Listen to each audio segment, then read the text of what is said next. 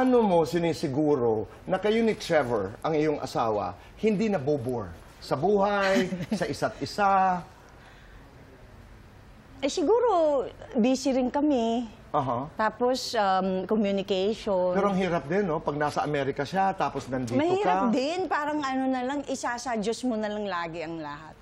Parang pray-pray ka na Pero lang. Peachy, you're Sing back ka here. mass. You're back here because ang dami-daming offers. Ang daming offer. Tapos, ilang years na naman ako dun eh. Parang pagod na rin ako magbiyahe. Tsaka, try naman din namin dito dahil may bahay pa naman ako dito, may properties, may career. Tapos sabi ko, anak, sino magmamana niyan? Hindi siya din. So sabi ko, sana makita nung anak ko rin buhay ko dito. Hindi niya alam eh, na, sabi nga nila, oh, you're a queen, she's a princess. Pero hindi niya alam lahat yun. Doon, wala, normal lang kami. So ngayon, naging mabuting bata naman siya, simple, gano'n. So ngayon, mas maganda na ngayon na lang niya nalalaman. Si Trevor ba susunod dito? Pupunta siya sa November. But will he stay permanently? Yun ang hindi ko pa alam. Kasi sobrang dami ng nangyayari. Parang gusto ko one by one muna. Kasi kagaya ngayon, mag-i-school, yun muna ang priority ko siya. Kasi yung time zone na jet lag siya and everything. Hindi ka ba natatakot? Ang gwapo-gwapo ng asawa mo? Tapos mag-isa sa Amerika? Natatakot ka? Nagpe-pray lang ako.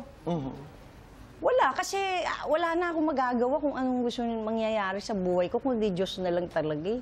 Kasi di ba kagaya ngayon, ang daming namamatay, may nagbaha-baha. Yung parang ang hirap na magplano masyado eh. Biglang mamaya wala ng eroplano, hindi na natuloy yung gano'n. So parang sa akin, basta mag-ready ako, gawin ko yung dapat gawin, focus ko saan at mag-focus. Pero huwag na masyadong mag-worry sa kung saan. When was the last time you spoke to him? Kanina, papunta dito. Kaya siguro, yun. Sweet naman siya. I mean, he's the kind of guy who expresses himself.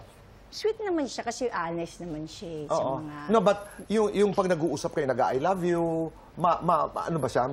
Masalita? Yung sobrang sweet na parang clingy. Hindi. Normal lang. Na, hindi siya yung gano'n na parang... Sino ang seloso sa inyong dalawa? Or ano. Sino ang seloso? Baka parehas na kami. Parehas lang? Baka, pero... Pero there is a possibility that he might stay dito sa Pilipinas. I think mas maganda kung ganun eh. Kasi... Para magkasama rin kayo. Tsaka para maalagaan namin siya, di ba? Sino? Ang bata? Si Trev. Si Trev. At saka si Athena. Hindi, kasi syempre, siya yung hindi sanay sa Philippines eh. So, baka mamaya magustuhan niya.